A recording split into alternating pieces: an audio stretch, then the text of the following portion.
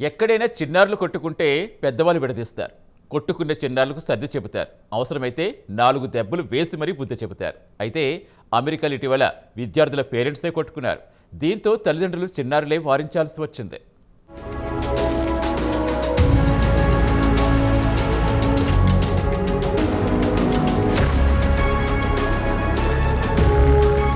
Graduation day వేడుకలు విదేశాల్లో ఇవి ఎక్కువగా జరుగుతుంటాయి. అమెరికా సహా అనేక విదేశాల్లో చదువుకుని తమ పిల్లల గ్రాడ్యుయేషన్ డే వేడుకలకు వారి తల్లిదండ్రులు తప్పనిసరిగా హాజరవుతుంటారు. మన దేశంలో పలువురు ప్రముఖులు ఇలా తమ చిన్నారుల గ్రాడ్యుయేషన్ డే వేడుకలకు సెలవులు పెట్టి మరీ హాజరవ్వడం మనం చూస్తుంటాం.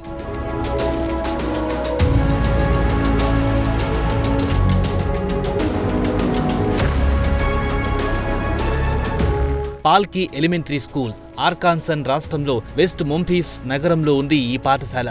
ఇటీవల గ్రాడ్యుయేషన్ డే వేడుకలకు పాల్కీ ఎలిమెంటరీ స్కూల్ వేదికగా మారింది. ఇంకేముంది, విద్యార్థులతో వారి పేరెంట్స్తో పాల్కీ ఎలిమెంటరీ స్కూల్ కిటకిటలాడింది. కార్యక్రమం ప్రారంభమైంది. ఒక్కొక్కరి పేరు పిలుస్తున్నారు. సదరు విద్యార్థి వేదికపైకి వెళ్లి గ్రాడ్యుయేషన్ డే పట్టా తీసుకుంటున్నారు. ఉల్లాసభరిత వాతావరణంలో కార్యక్రమం సాగుతోంది.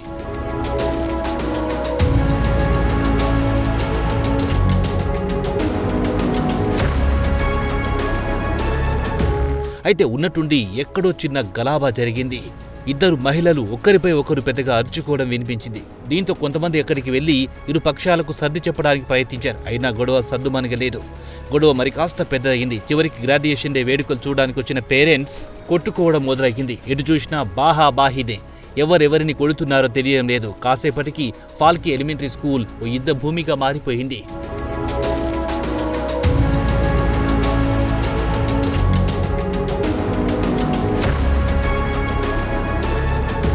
మహిళల బాహాబాహి చూసి సర్ది చెప్పడానికి కొంతమంది మగవాళ్లు ప్రయత్నించారు. అయితే వారి మాటలను కూడా ఈ మహిళలు పట్టించుకోలేదు. సరికదా, వారికి కూడా దెబ్బలు పడ్డాయి. దీంతో స్కూల్ యాజమాన్యం పోలీసులకు సమాచారం ఇచ్చింది. చివరికి పోలీసులు వచ్చి పేరెంట్స్ బాహాబాహికి తెరదించారు. అయితే ఈ బాహాబాహిలో ఎవరికి గాయాలు కాలేదు. కానీ తల్లిదండ్రులు కొట్టుకోవడం చర్చనీయాంశంగా మారింది.